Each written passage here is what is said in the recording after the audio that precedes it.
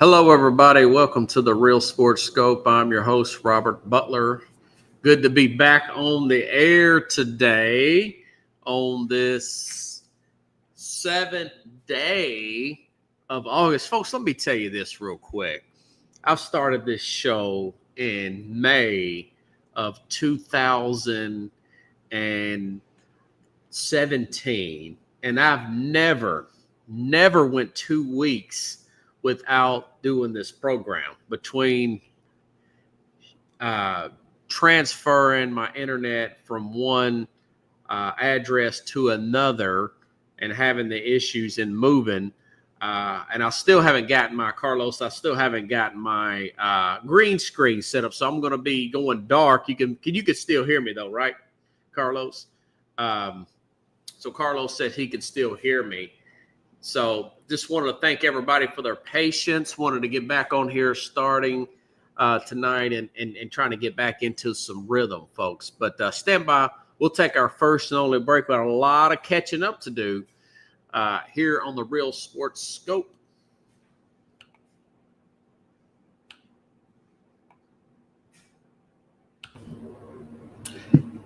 Hello, Sports Scope followers. The program has seen tremendous growth since going 5 days a week. I just wanted to thank everybody for your cash contributions and sharing the program with friends and families. Just a reminder, if you want to contribute to the program, go to the Cash App, the cash sign, and Sports Scope. There are other ways to contribute to the program listed at the bottom of the screen. If you want to advertise on the program, go to sports, that is sports with an S, another S, scope, SKOPE, at gmail.com, just like it's listed at the bottom of the screen. Thank you and enjoy the program. All right, I'm back here live. Looks like Carlos dropped out for a second. Let's see. Hopefully he'll be back on here. But anyways, looks like there's a lot of big stories that we haven't got a chance to get to. We won't get to everything. ESPN, folks. ESPN, they have made a deal with the NFL to buy a new to own part of the NFL. Our NFL will have stake at it. They'll have equity in ESPN. That's an interesting story to get to. Both polls, by the way, college football, both polls have came out. The coaches poll. This is weird. I've never seen this before, but both polls have came out. Both the college and the coaches poll. Okay, there goes the Mad New Yorker there. Let's bring him in. Hey, man, how you doing? How's it going? Happy Thursday, man. Good deal. I hope you can hear me pretty well. I'm in my new facility. I haven't got the green screen set up. A little bit of an echo in here, but very nice place. I just got to get my green screen set up, and I haven't got you cannot put holes in the wall here, so I'm gonna have to go through another means and get my stand set up for the green screen. So a little bit of background information there. Man, I don't even know where to start at other than the side note. I was watching a little bit of the Ravens and the Colts game, the preseason game, and Anthony Richardson's not picking up on any blitzes. I got a feeling this guy in year 3 is not going to be the starting quarterback about mid-season or at any point this year if he ever gets an opportunity. I think it's going to be your boy Danny Dimes, and they'd probably be looking for another quarterback next year in the draft. Just a side note about that. Well, I mean, they need to hold on to Anthony Richardson because Danny Dimes is about as much as what you he's more likely to get hurt than score than throw 10 touchdowns this year. So yeah. Yeah. Well, anyways, that was just a side observation, folks. He got lit up earlier in this game. I hope he's okay. I Anthony Richardson. For those of you just joined, I see some people popping in. My green screen's not set up. So you're seeing me. I'm doing my Dan. Remember our guy Dan, the late great Dan from Let's Talk Sports. He always had his camera off, So I feel like I'm in isolation. They got me facing, but it's all good though because I ain't got the suit on today. I didn't even have to turn the air down, Carlos. I did want to ask you, what's your thoughts about Shedeur Sanders? The old adage, harder you work, luckier you get. He's had some mixed reviews. The last review I've read about him, he's doing pretty well in minicamp. Some guys ahead of him are injured. Joe Flacco looks like he's not even going to play. They know what they got there. What do you think about him getting to start in his first preseason game? Do you think he'll be able to seize on this opportunity, or do you feel like maybe he didn't get the correct amount of snaps with the first team reps, which some of the ESPN people are already saying? What's your thoughts about that whole situation there up there in Cleveland? Interesting storyline. Yeah, I think for sure what they're going to do is try to shop him. That's why I think he's getting the nod to go ahead and start. Wow, you think they're trying to shout Shedeur Sanders? Yeah, I don't believe that they took one of the best players, one of the most talented, or one of the most ready quarterback that they were going to get at that round. Because every quarterback after that probably never even see the league, end up in Canadian League, or even playing in the summer league. So okay, I think they just got the guy with the most value, and I think they're going to shop him. I don't feel like they're helping him as far as they already said he don't get enough reps. So that tells you that he's not in the plans to be a backup. Okay. So my idea is I think they're trying to, put him out there and see if other teams are willing to bite. Maybe even a team like Indianapolis. There you go. Yeah, and even maybe a team like LA. Look, Stafford's Do you think that he's set? Do you think they're setting him up to fail, like some of the ESPN people are suggesting? I don't think it's the idea that they're setting him up to fail. I think it's the idea is that they have way too many Chiefs in the and not enough Indians. They definitely got that. It's not a thing about holding him back. I think, to be honest with you, I think he's smart enough and talented enough and has more upside that if he would go to any other place, that they would probably have a good backup in him for at least a year and maybe even a starter. Who knows? It just depends on how he develops, right? So I don't think that was their plan in Cleveland. I think they just, Cleveland pulled a New York Jets. Just get the guy who's got the big name, and let's see what how many fans come out here and try and hoping to to get these ticket sales and then get the excitement going. Look, Cleveland is a place that once they got Dylan, I thought they were gonna just stop on QBs, but they just kept going. And so it's a situation over there that's just horrific, right? You got Watson coming back in 3 or 4 months, maybe sooner than that. Yes. You got mid-season sometime or another, probably. You got Flacco that shouldn't be playing anymore, but he is. He's everybody's he's our present day Vinny Testaverde. That's a good comparison, man. And then you got Dylan, who's you don't know who you have in Dylan yet. He's a highly rated college quarterback that got that was I think he's one of the most he got all his stats good for the Heisman, but he was one of those people we don't know. We want him because he had such a good team around him. Right. We don't know if he's a third round draft pick. And I'm like, geez, either you like the guy or you don't, but so they end up grabbing him, and we don't know what his potential is at. And I don't think that neither him, Dylan, nor Shedeur are in a good situation in Cleveland. And I honestly do think that they're going to be shopping Shedeur. So okay.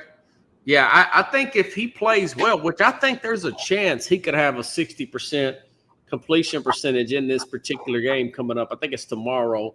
if I'm not mistaken. They're playing Carolina or somebody. And the fact that the owner, he said he didn't, but I think he did make that play to get Sanders there. I think he did. Yeah, I mean, I'm not sure if him drafting Shedeur would have brought Sanders there, but that's just the type of mentality that the owner has, right? So, we'll see. That I've always said that Deion Sanders is going to do what Deion Sanders wants to do, and I don't think his kids have an effect on his choices. So. Okay. Can you hear me? Yeah. Okay. I accidentally hit something on this mic. I'm so discombobulated, dude. I've always been on the thing that Deion Sanders has brought up his children to try to be the best athletes and the best like representations of themselves with a Sanders last name. Then the situation that you kind of see Eli was with his father and even with Peyton, like how he dealt with them, like, know, so, and it's not, and I don't think it's because Sanders doesn't have that much pull. I just think that Sanders has raised his kids to be independent, a little bit more independent. So, Well, I like the fact that he told his dad not to come to camp. I thought that was good. Yeah. Now he did get 2 speeding tickets when he first went to Cleveland. I thought that was very immature of him. Yeah, I mean, that's a knucklehead move, but again, we're looking at men we're looking at guys that are becoming men coming out of college, and I'm not saying that I wouldn't or I would, but if I was able to obtain a nice fast car, I'd test its limits. Now, you'd have to be kind of like smart about how you do that if you're gonna do it. But he just got a little bit silly with that situation, and it happens. And I hope he learns from it, and then if there's anything else he chooses to do, he has to know that he has a representation in the NFLPA that would help him in almost any situation that will come, like he'll be hit with, whether it be something psychological, something financial, something like physical, whatever it is. They have a big web of support. So, excuse me, yeah. Well, I believe that Haslam made a point the other day. He's the owner, Jimmy Haslam. He said that I don't believe that Arch Manning, because there's this narrative going out there that they're saving for next year. They're going to put up together some picks and go after Arch Manning. Well, Archie Manning, the grandfather, said today that he don't think Arch is going to come out. I said from the get-go, Arch is not going to come out. He's going to play this year, and he's going to play next year like Eli, just like Peyton, like his 2 uncles did. Mr. Haslam thinks that's the truth, and I believe Mr. Haslam. They're going to do everything they can to get out of that Deshaun Watson contract as soon as they can. And I think they're going to try to give this guy a try at quarterback. I think they'll probably move Kenny Pickett. They'll probably move Pickett. And they may cut somebody. They may cut somebody towards the end and keep another quarterback on there. They actually signed what was the guy's name? Tyler Huntley, because they don't have enough healthy quarterbacks right now. Right. I mean, there's a slight chance that he could play this year. Sanders could play actually a real game. Now, if he goes in there and looks terrible in this game coming up, he'd be behind the 8 ball. But remember, Josh Dobbs, when he went to Minnesota in the middle of the week, he had a good game. Remember that? He beat Atlanta. We also remember Baker Mayfield on Thursday Night Football one time. We got traded to the Rams in the middle of the week. He came in there with just 1 or 2 days and actually beat the Raiders. There's a chance he could have a good game come Friday. And you might want to look and say, hey, man, maybe you want to kick. Because this guy did have the highest completion percentage in 2 years in college football history. He's right at 70-something plus percent. He's underrated. To be a 5th-round pick, a lot of that was some of the stuff that Deion was saying. I'm sure he regrets privately. saying all that stuff, making overhyping Shedeur and making him look like that he's this diva when he still has arm strength issues and whatnot. It kind of scares some teams off, man, and telling him, certain teams not to draft him when he wasn't like a can't miss John Elway level talent, but he is a talent, I think sometimes we forget the fact that he's a pretty talented guy. Well, I feel like it's that whole like Greasy situation that happened when they drafted Bob Greasy's son, and it was whose son? Greasy, Bob Greasy. Oh yeah, Brian Greasy. Brian Greasy, yeah. So it was that whole like you're not.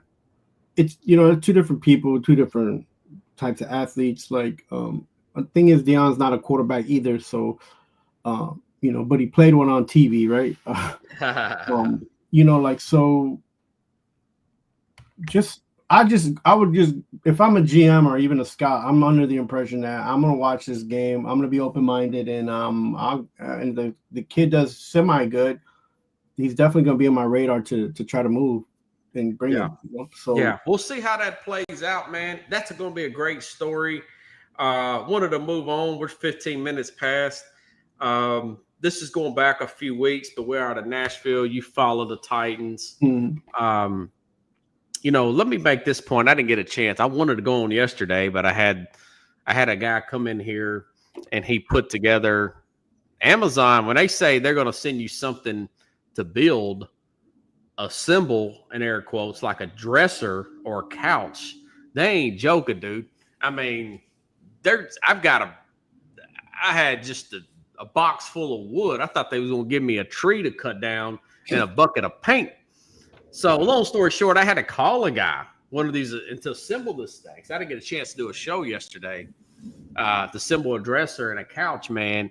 But I wanted to talk about this for 2 weeks, that the Titans did let Will Levis, who put a picture of his shoulder out on the internet. I don't know if you've seen it, but it looks deformed looking. He waits a day before training camp, with the shoulder like that. That should have been looked at immediately at the end of the season back in December, January, right? Sometime or another. And they should have pulled a Raiders on him and said, hey, this is you got to get this thing fixed, man. This is too deformed looking. If we got to go to arbitration and cut you, and we will just go through that process, we can't let you hold off with the shoulder that looks this bad. It was really bad looking.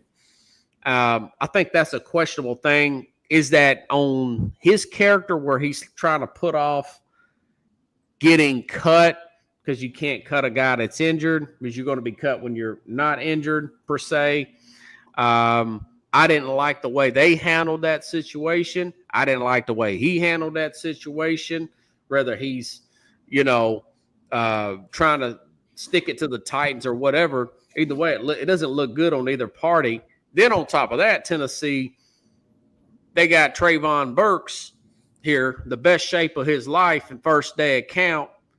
He fractures his collarbone, and he could be ready by week 1 per se, or week 2. And Tennessee jumps the gun. Now, of course, this general manager group staff did not draft him. That was going back to John Robertson. But why cut him when you really don't have a replacement? It's just a lot of questions about their leadership, man, that I just got to call out about the Titans. I think maybe they do get it together with this group, but they make a lot of questionable moves right now, and it just looks like there's no set standard of real leadership up there, and I'm concerned about that. Now, maybe it all comes together. Cam Ward can play, but what do you think about those two different? That's a loaded question, but you got two incidents there that it looks like there's just not enough organization in the organization from a management perspective from the Tennessee Titans. What's your thoughts about, first of all, with Levis like that, putting off a surgery like that the day before camp, man? And Titans letting him get away with that. Yeah, that situation is on both the player and the team. That should have been something that was taken care of as soon as the season was over with. Yeah. They should have done the physical as soon as the spring, as soon as their vacation time or when they were supposed to sit back to start training. They should have had a physical. So like, I'm not sure what they're doing over there as far as, letting him even train and to a point where it was looking like that. But that shouldn't have never happened. And if it's something like that happens, it should be like you and I should know about it. You know what I'm saying? Yeah, of course. We shouldn't see no pictures, and we shouldn't be like sending postcards from our vacation spot. Like, but I think their whole GM thought mind frame is like they have Cam Ward, they're moving forward. Okay. If it gets better, if he doesn't matter. They have Cam Ward. The Treylon Burks thing, he's always been oft injured, even in school. He did come out as one of the most like talented type of players. Could play multiple different positions. Even in high school, he was a quarterback and wide receiver, everything. But also, even in high school and in college, he was oft injured. So, he has a record. He had a record of that. So, if you're a general manager and you're looking at that and thinking, okay, now his collarbone is broken and he hasn't like put out what we thought he was going to put out. Their expectations haven't been met there. I think it was easier to cut him loose because the contract would be coming up and you don't want to extend him and him coming back from an injury. Yeah. So that's not just it's a money move and it's a position move because look, they got Calvin Ridley that who knows what you're going to get from him. The Tyler Lockett, which what you're going to get from Tyler Lockett. He seems like the most consistent player. The biggest problem with him is that, of course, he's as much as he's a big time player, he's like a McLaurin or somebody that's small. That even though they're big time, you risk injury because he'll go for every type of throw that they'll and he might be able to catch almost every kind of throw, but he's more likely to get injured because he plays in the middle. He's going to try to be outside as much as possible, but he's a small guy, right? So, and then they're hoping that one of these wide receivers, Porsche or Jaquan Jackson, like somebody just comes up. Well, there's a guy that's getting a lot of ink. This 4th round pick out of Stanford. You'll probably see him play Saturday. Elic, E-L-I-C, Manor. From Stanford. I'm butchering that last name. I know I'm butchering it, but he's the guy who torched Travis Hunter in college, if you remember. The Stanford player. Ayamanor? I think you got it. Ayamanor. Yeah, it's not manure like crap or anything. No, manure. Yeah. But I know my New York accent now has got butchered up. Yeah, dude. But he looks good in camp. But you're putting a lot of faith in a rookie, and you're trying, all my old adage is you always want to load the rookie up with as much talent as you can around him. Yeah. Especially his first year, Yeah, and you have the supposedly the elder statement and Ridley and Lockett. So with those two guys, you should have a wealth of knowledge being transferred to the younger guys. And these guys are I think the biggest problem is that they don't match up height wise because Manor is taller and even Jackson, they're a little bit taller. So, these are smaller type of wide receivers with big game than big, tall receivers with big game, so like, I don't know the transfer of information and how that's going to get dispersed and how they're going to help them out in that fact, but we'll see. And the GM's just banking on that. He's got experience on the roster. He's not going on what they did, the last 2 seasons. He's going on the fact that these guys have been in the league already for more than 5 years, and they got big contracts, right? So that's what and you want to throw in Van Jefferson, who used to play with the Rams. He's okay, man. Listen, Ward is getting rave reviews. Brandon Allen's behind him and a guy named Tim Boyle. If Ward, for whatever reason, gets hurt, Tennessee's probably going to be a 3 or 4 win team again. They got the Jets. They got the Jets, the good old Jets, 4th string, 6th string quarterback. and Tim Boyle. So maybe they'll win a game or two. Have that man ain't won anything and has been on more professional football teams. He's got to be the most luckiest guy. Oh, I know. There's some backup quarterbacks that it's not really good in the NFL. Oh my goodness! I mean, I'm not. I can't personally say I know the guy, and but geez, this guy's been lucky, and he has some of the most horrid numbers I've seen. Yeah, I don't know. Nathan Peterman, the former Vols quarterback who's bounced around as a backup. I mean, that dude's another one of those players. I mean, he wasn't even good in college, Right. Even for that, they should just go for Tua's brother. I mean, and pick him up on some waivers and pay him, scrap just to have a backup who can at least run the football, right? If you're gonna be throwing interceptions, you might as well just give it to a quarterback that can run and get a couple first yards, right? Bring back the former Titan there.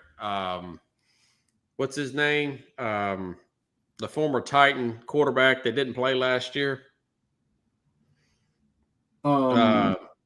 Jeez. The guy who played for the Dolphins, what's his name? Yeah, I know. They talked about it so much, I forgot his name. Yeah. Well, because he did not play last year, at all. He was looking for the actual. He was looking Ryan Tannehill. Excuse me. Yeah, Ryan Tannehill. I'd rather bring him in there now. All that being said, the Titans, they were second in least yards allowed, only to the Philadelphia Eagles defensively. If they can emulate that and Ward play half as better as a Will Levis, who was turning the ball over at random last year, they could probably win 5, 6, 7 games. I thought maybe 7-9. Now I'm thinking more 5-7. Yeah, right now. They'll probably win. They don't really have a lot of skill players in there on this team, man. I feel like this is a lot of the teams that are like, you have the top 10 teams, and then all the teams are kind of like similar. Either they're good on defense or they're good on offense. There's just no balance.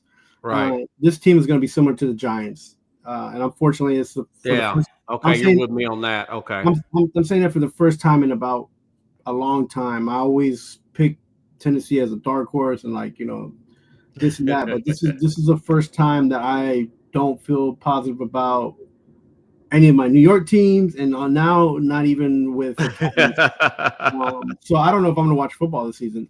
No, but I love watching football. On a serious note, that division is wide open.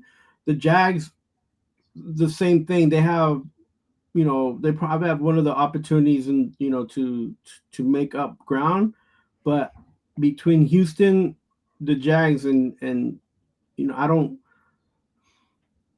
I think it's just they're gonna be splitting games there, right? So it's probably a 2-team race. Yeah, and it's all gonna come down to the amount of injuries some of these teams get. So yeah, it's gonna be ugly AFC South this year. So yeah.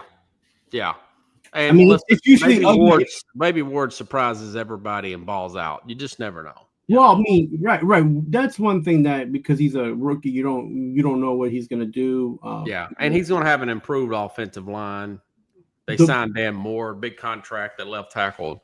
You can be rest assured if they can score 27 points a game, that defense will be able to hold them. Oh yeah, 21. And they'll be better special teams too. Wise, they got a new special teams guy. So right, so they should be able to win 6 games, but can Ward win them 3 games extra and get them into a playoff situation? That's where the question is, right? So, and I'm not sure. Because he's a rookie, and I'm not sure what kind of injuries is going to happen, and in that division, it's possible. So, that's true. In other news, Michael Parsons still hasn't signed with the Cowboys. He requested a trade last week. That's kind of calmed down this week. would you, if you're a team like a Tennessee with a quarterback on a rookie contract, or a New England, another rookie quarterback contract guy, would you make a run at a Micah Parsons the way the Bears, if you recall, made a run at Khalil Mack a few years ago and ended up getting to the playoffs that first year? Khalil Mack really helped them out. Or do you think this is probably a moot point that, Jerry's going to sign him? He's just wanting us to play out the drama like he always does. Well, it just also it's funny that you mentioned the Bears, because they're actually on the waiting list to see what's going to happen. They really want Michael Parsons. Wow. I don't. If I'm the GM, I don't need that toxicity, man. I don't. Would you boot Parsons? Yeah, because the problem is that he's making it about himself now. Okay. Remember last year he was like, well, like we need to be playing defense, and I was expected to be in the Super Bowl, not trying to make a playoff, right? So, yeah. Would you pay him $38 to $41 million a year? That's their year ago. That's the issue right there. Yeah. As much as you want to get rid of him, nobody wants to pick up his contract. So yeah, that's one of the biggest problems. And give up two pretty high picks for him. I mean, but here's the thing: you're Jerry Jones. You have nothing to lose because you're not going to be in the Super Bowl next. You're not going to be in the Super Bowl this year. So yeah, if I'm Jerry Jones and I'm about money, because he is about money as much as people don't think he is. As much as he giveth away, he like to take it too. I would just. You don't need that. Like Jerry Jones has spent all his time trying to make this team out more than what it's worth, and he's did his job as a businessman. And now you have a player on the team who's been talking smack since last season. That you haven't been in the Super Bowl and you're barely going to make a playoff. And you don't need that, man. And as much as he's one of the best defenders, he does have issues stopping the run. So if you're a team like LA, if you're a team like Houston, if you're a team like the Bears, get this guy, put him on your defense and supplement. Yeah, if you can afford him. I don't know if those teams have the capital. I think a Tennessee would look good, or New England to have a higher pick. The problem, you're talking of teams that if Michael Parsons had a choice to go to, he would not want to be on, right? So this is another problem, right? He's going to talk to his agent and be like, what teams are sniffing around? And then he's going to... Well, he's going to be like, the agent's going to be like, well, you got to have some teams that can afford you. Right. So he's going to catch 22. Right. So he put himself in a predicament. This is kind of like the Levis thing. He's not paying attention to what the situation is in reality, in real time. And the situation is like nobody wants a contract. So, as much as you want to be on a playoff team, a Super Bowl bound team, the likelihood of that happening is very low because they have very low income to be spending on you. So, or trade or have anything to trade value. So, I thought it was worth talking about. Well, and I know Jerry's going to pay him a lot of money. Well, he's going to have to pay him. He's paying him no matter what, whether he gets an extension or not. That they're going to make the headlines before Labor Day weekend. My prediction: this will be done. Do you predict he's going to get traded? I don't think he'll get traded. If I'm Jerry Jones and his sons, I'm like, get him out of here because he. Yeah, but that's if me and you are Jerry Jones. We're using common sense. This is Jerry Jones we're talking about here. He loves the headlines. He loves to bring it to the last hour. He loves this advertisement. This started to sound more like the Jets than the Cowboys as a whole. Like this is too much. It's too much. Jerry's getting worse. Yes. He's turning into Al Davis at the end. Oh. He's going to pay him about $40 to $42 million. This deal will get done in another week. They'll make headlines before the season starts, and then the Dallas Cowboys will win about 6 or 7 games as well. And Jerry be happy. Robert, how about this? How about you put on the GM cap and you don't worry about what the common sense thing is to do, but what do you want to do? What would you do with this guy? This is what I'm going to do this, and I'm going to move on. I'll say this real quick. The Bears got 2 first-round picks, a third-round pick, or this is what the Raiders got. Of course, the Raiders don't draft good. They got 2 first-round picks, a third-round pick, and a 6th-round pick in exchange for Khalil Mack and a 2nd-round pick and a conditional 5th. That's a pretty good. And of course, they had to pay Mack a ton of money to come. The Bears got to the play. They won the division that year with Mitch Trubisky. Now, if they had had a decent quarterback, they'd have run that year, and a few years after that, he really upped their defense. I think Michael would help. He would up a defense to another level like a Mack would. I think he's very talented, but deep down, he knows that the Cowboys are limited because Jones is off his rocker, and he likes to pump up his own podcast and say, hey, I want out of here. So that's my take. My prediction is he'll get signed with the Cowboys. Let's see. Well, let's get to this other story. This is an interesting story, man. ESPN and the NFL Network, the NFL have made a deal where ESPN, a lot of people hate this. And quite frankly, I'm one of them people. I don't want ESPN and Disney to own anything. I just don't like the way they're run, but they own everything, including a lot of the college SEC games. But this is what happened in the past 24 hours, I want to say, maybe 2 days, I guess, or whatever. But this ESPN's reached a deal with the NFL to acquire Red Zone channel along with NFL Network and NFL Fantasy in exchange for 10% equity stake. So the NFL will own 10% equity in ESPN. So the investigative reports in the NFL, that's going to go down to the wayside because that is a conflict of interest right there. The deal will see ESPN owning the Red Zone brand, but the NFL will continue to operate and produce the channel and its digital distribution. That's pretty interesting, man. I really didn't think something like this would happen. There's still pending approval from NFL owners. What's your thoughts of something like that, man? I think it's more about the digital content and how it's being pushed, how it's being serviced, right? So Disney, ESPN, they want more viewership. They want to be able to sustain and give ESPN content, right? And they're just buying up little bits of everything. And this isn't a little bit now. This isn't college football. This isn't. Yeah. I don't know if you noticed on ESPN Plus, you get a lot of like Division II games in college, Division I, not the top 5. You can get a lot of different types of games, which to me is cool because I like out of region games. Yeah. And I like, they're going to do. There's been talks of using the Red Zone brand to do college football, which ESPN owns also. Right. So that would be kind of cool. That part of it. Yeah, I think it's just a way to procure more content so they can be able to get more subscribers, or to give current subscribers. What do you think the NFL did it? Well, NFL wants consistency. They'd rather give this to Disney, who formerly ABC Sports. They know that they have all that already structured, right? So what?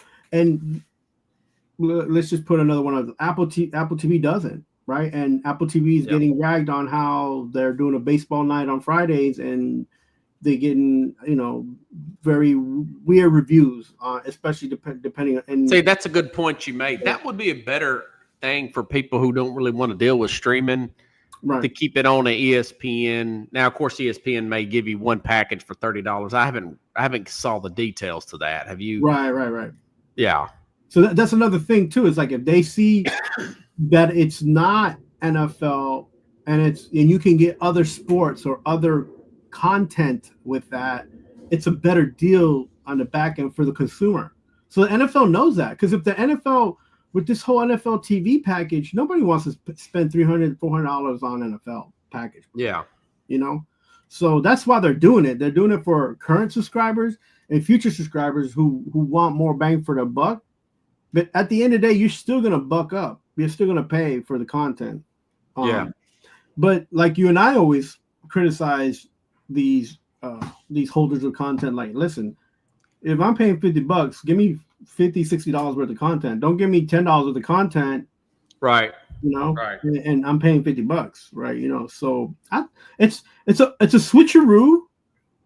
I don't like it, but again, it makes sense for them. And as a sports watcher, it makes sense for me to like try to agree with it so I can see more when I pay, right? Yeah. So supposedly Scott Hanson's still going to host Red Zone. I hope they don't bring in Stephen A. Smith to host that. Yeah, so annoying. That's one of those things too that they like that we don't like, right?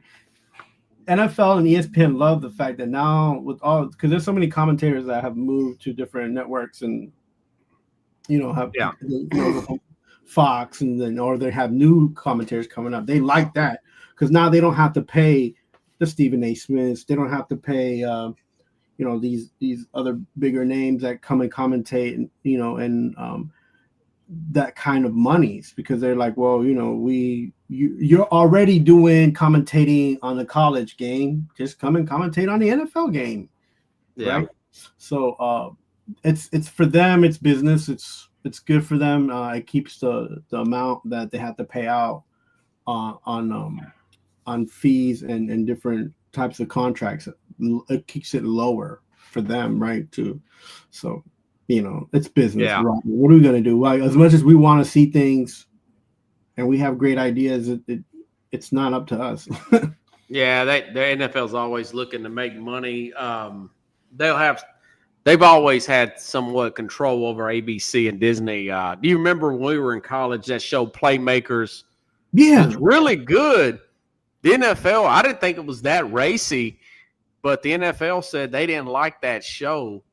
But the way it portrayed pro football players. So ESPN, this was in 2003. They took it off. I think you and I think one season, great show. It was a perfect time. ESPN had good shows. Like I want to mention something. I'm sure you agree with me. I think Cold Pizza was one of the best shows. It was good, yeah, when it first came out. When it first came out, right? And then they started messing with it. I'm just saying the NFL, they had control over ES. They said, no, we don't like you showing that. Right, yeah. And they also did that. If I'm not mistaken, doesn't ESPN didn't they have like a football? They had something similar to the Red Zone. I think it was 2 seasons ago, and it didn't kind of work out for them. Okay, I forgot what it was called.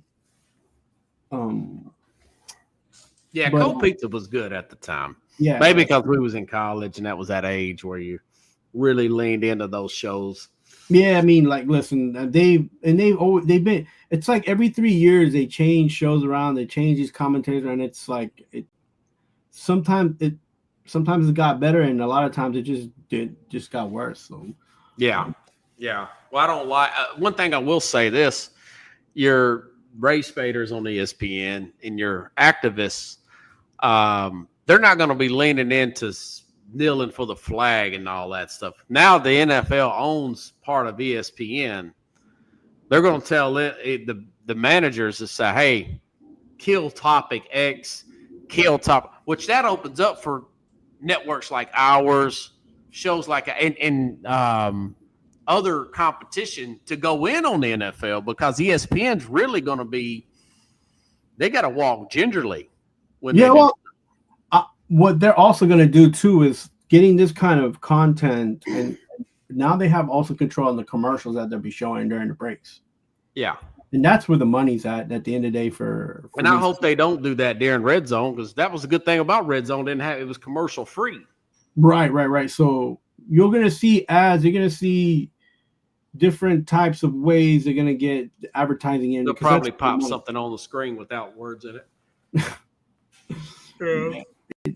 That's gonna be. There's some good and the bad with it. With the NFL owning ESPN. For sure. Yeah. Yeah.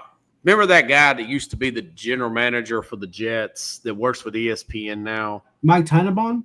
Yeah, Tannenbaum the other day. I noticed this, not this past Monday, but the Monday before that. Tannenbaum was in there with Bart Scott, former Jet. and Tannenbaum was criticizing Caleb Williams. And Bart Scott said, well, and then when he started talking about J.J. McCarthy, he said, well, you can't say this about Caleb Williams unless you said about J.J. McCarthy. So he was trying to intimidate Tannenbaum and basically not criticizing a black quarterback. That's what he was really trying to do, you know? And it's just stuff like that between him, Ryan Clark, and that other guy that used to play cornerback for the Ravens. They really love to play that race card and politics up and all that. And I don't know. I think a lot of that will come. It could potentially come to the end. Clay Travis don't think it will. I didn't like it. If I was Tannenbaum, I said, tell you what, man, I call balls and strikes on this show. I'm not going to be intimidated by you or anybody else. I mean, you got to stand up. That's why that J.J. Redick got his job, man. That's why he got that Lakers job, is when he told off Kendrick Perkins, because Perkins was insinuating that the league was racist, talking about an MVP with Joker and something to do with the Joker, MVP, and Joel Elliott. I don't know if you remember that. Yeah, he thinks that Joker got it because he was white and Joel. What? Yeah. So that's it. All that is a form of intimidation. And Redick told him off one day, and that got respect to LeBron. And then LeBron went behind the scenes, and before you know it, now he's a coach of the Lakers. You know, you got to stand up to that form of bullying and intimidate. That's the way I see it. You know, I just think the NFL is going to hear a lot of that, and they're going to circumvent back to, hey, listen, let's stop all that pushing political narratives, which they've quieted down, and stop all this racializing everything. This every chance you get. Now, a lot of the race baiters have left Jamel Hill, the other skinny black guy, Bahami Jones, who's terrible. I think you're Ryan Clark's of the world. Everybody but Stephen A, because he carries a big audience. Yeah, I mean, you know what I'm saying? I don't know. Maybe we should move on after this, but I feel like in this deal, I just think the NFL owners are going to say, listen, we're tired of hearing all that. You turn off a lot of people with that stuff, and we got 10% equity in ESPN. We want that to come to stop and get ESPN back to just talking sports, not looking for that. That's my whole point about that. Yeah, I know, but Robert, I think with this deal, I think they're trying to be balanced because ABC, Disney, ESPN, whatever you want to call them, they're liberal. They're all, they're more liberal. And the NFL's very conservative. These owners are conservative. They own it, I think what they're doing is they want to hit a bigger population, which means that they have to go a little bit more they have to not worry about those kind of issues and just keep it about sports like it used to be. Right. And back in the early 2000s when it was at its peak. Of course, cord cutting and all that came in about too. Right. Technology and streaming. But I just think stuff like that is the reason why I wouldn't want to deal with ESPN. But on the other hand, they know ESPN's a big network and they got that college football. They know the NFL people see college football ratings going up. They know the ESPN owns a lot of the SEC stuff. So they're just looking at numbers. Right. That's they want equity in numbers, but they also pretty control freaks. I told you about, like we just said, about the stuff with the Ballers Network, which Playmakers, which I didn't think it was that racy, but I guess it offended the NFL enough where they didn't want that image to be portrayed. Right.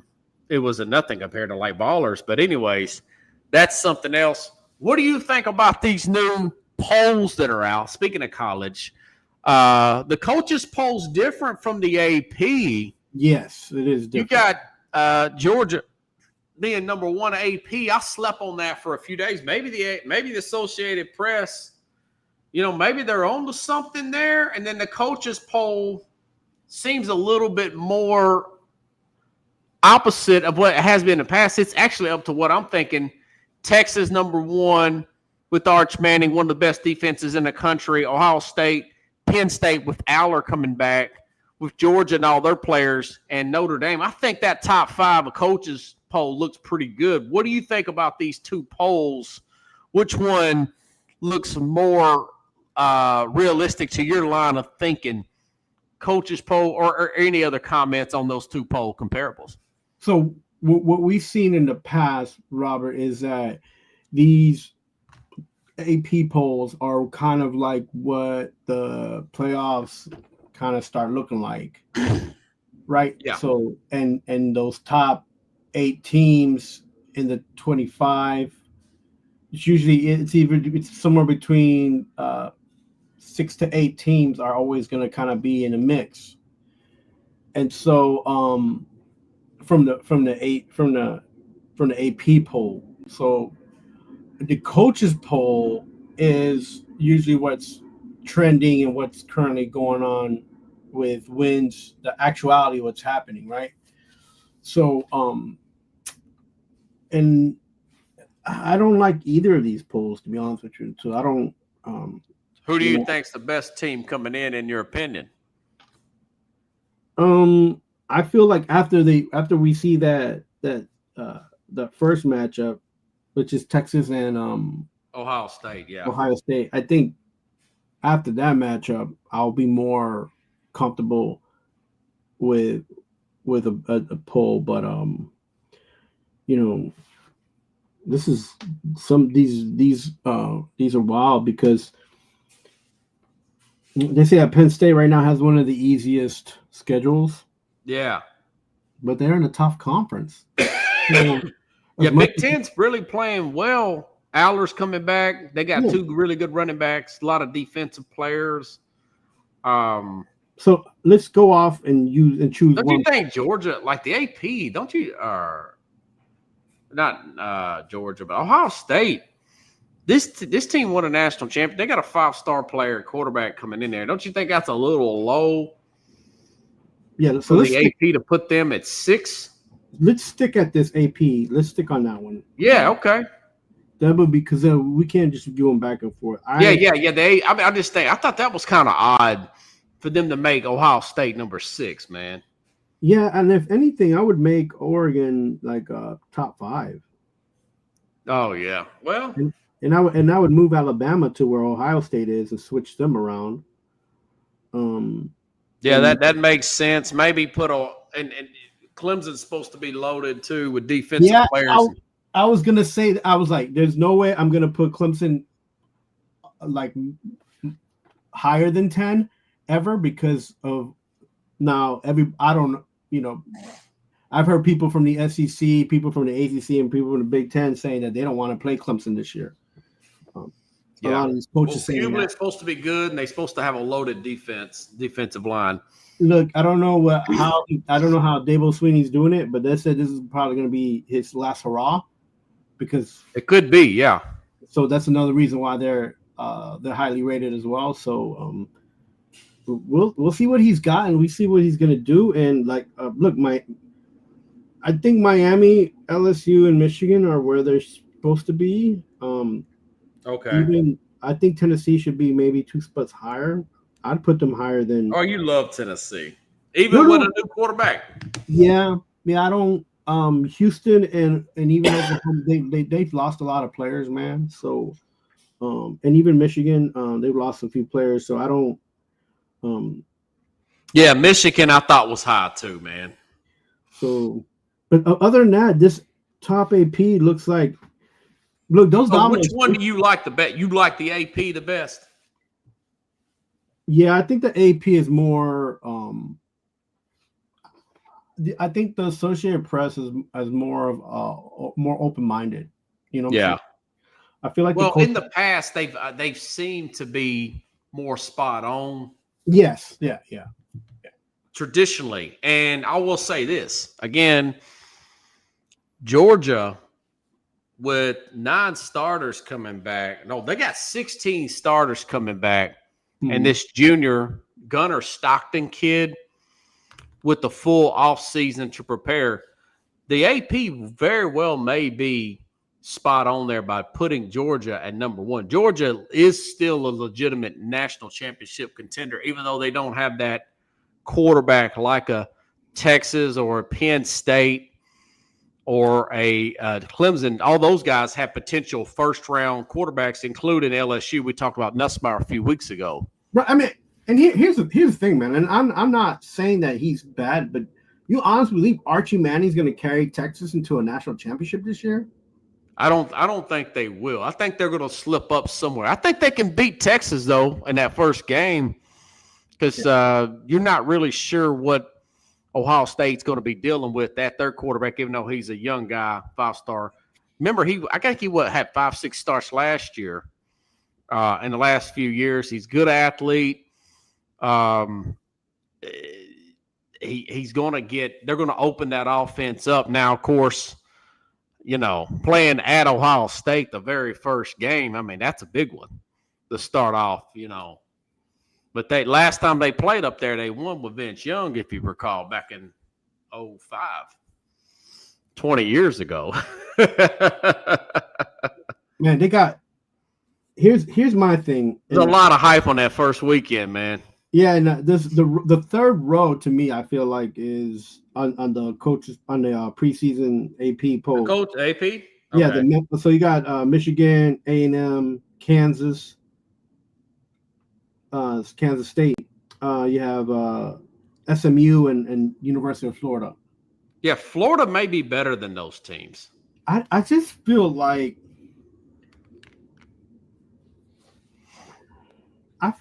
some of these teams are overhyped, but let's see. I think that middle row though, three of those teams are going to fall fast.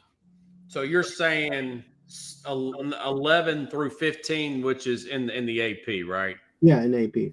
Which is A&M, Michigan, Kansas State, SMU, and Florida. SMU and Florida. Listen, man, Florida's. I think this quarterback's the real deal. If he's had a decent offseason and he improves just a little bit, they played really well down the stretch last year. DJ Lagway. I think they could be a dark horse this year, but their schedule's very hard. Yeah, the schedule's tough. Yeah, and of course, a lot of this is the quarterback play with a lot of these teams. People are talking about this dark horse possibly being Texas Tech. They spent a lot of, I don't know if you read that story or heard anything about this. They spent a lot of money in NIL. They did, yes. And you got a lot of transfers there. They've been known to come up with some big upsets in the past. Texas Tech could very well be your black horse coming out this year. And now a lot of people's talking about Ty Simpson with Alabama. I'm not sure about Alabama. They're going to have to prove it to me under this coach, man. But I think Clemson is going to be interesting. Yeah, that's it. It's all going to depend on how Clemson. They got LSU right off the bat too, and I think they're going to beat LSU right off the bat. These cards are going to fall fast. Yeah, the cards, man, it's going to fall fast, and it's we're talking right now about the top 25. In 2 weeks, we could see 10 of these teams not even in the top 25. Yeah, that's true. So that's true. Tennessee opens up against Syracuse. They can jump ahead, but Aguilar. Let's see how he plays for UCLA. Maybe he plays better than Nico. He's an older player. They got the UCLA quarterback. I'm concerned about Notre Dame, Michigan, Houston, and Oklahoma. Nobody knows who Notre Dame's. They don't know anything about their quarterback this year. I'm just concerned because they've lost so many players that. Yeah, Riley Leonard's in the NFL. He got drafted somewhere. Yeah, so it's like I don't, And Oklahoma's coach, he's lucky still to be there. He's in the hot seat, right? So good defense, but they ain't. But I don't know. I kind of lean a little bit the coaches poll, but at the end of the day, it may very well be the AP this year. No, most of the time I'm all the way in on the AP because they're usually spot on. That's going to be interesting to see how well these guys play out. Of course, we got a few weeks to pick these games. We could pick. I cannot wait till Labor Day weekend, man. Oh yeah, let's do some picking of some NFL and college before that. Yeah, of course. Next week or I'm gonna try to, man. I'm gonna get my magazine this weekend, do some more studying, my field skills. I'm heading down there for a week, so Let me know, man. Yeah, we can do a show maybe together somewhere. Yeah, we'll try to do a show here. I got to get this thing settled. Anything else you need to plug real quick? I'm working on I just got freed up some time. I'm gonna do this baseball stuff starting next week. Okay. I have something going for this week, and then just getting ready to go back down to Nashville for a week. Okay. Trying to get my last time in before I come back to New York, and then me, man. I do some things. I get around. Yeah, we'll go get dinner, maybe a drink or something, beer or something. Man, that's cool, man. Let's have it for the Mad New Yorker. Hold on. Enjoy your games. If I can get you trying to get that hype on. Good to be back on the air. We're leaning with it, rocking with it in the new facility. Congrats on the new place, man. All right. Appreciate you, brother. All right. Thanks, buddy. All right, everybody. I'll see you next week. Have a good week. And hopefully I'll be back on next Wednesday here on The Real Sports.